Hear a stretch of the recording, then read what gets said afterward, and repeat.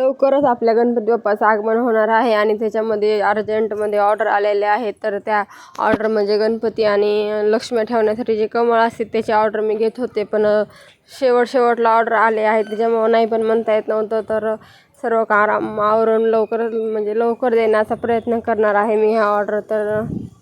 तर कसं बनलं आहे बघूया. तुम्हाला फुल व्हिडिओ पाहिजे असेल तर मी बनवणार आहे, तो सुद्धा लवकरच चॅनलवर अपलोड होणार आहे, तर पाहायला विसरू नका. तर गणपती बाप्पासाठी बनवलेलं हे कमळ तुम्हाला कसं वाटलं कमेंटमध्ये नक्की सांगा. तर मला तर खूप आवडलं, पण खरं तर हे कस्टमरने माझ्याकडून लक्ष्मी बसवण्यासाठी बनवून घेतलेलं होतं खूप मोठं. तर आमच्या घरात गणपती होते त्याच्यामुळे त्याला बसवलं होतं. तर दुर्वा मस्तपैकी खेळत होती आणि नंतर घरातले काम आवरून घेतले. नंतर आमचं एक पार्सल आलं होतं, तेवढं पार्सल रिसीव केलं, पण दुर्वा मॅडम काय सोडतच नव्हत्या.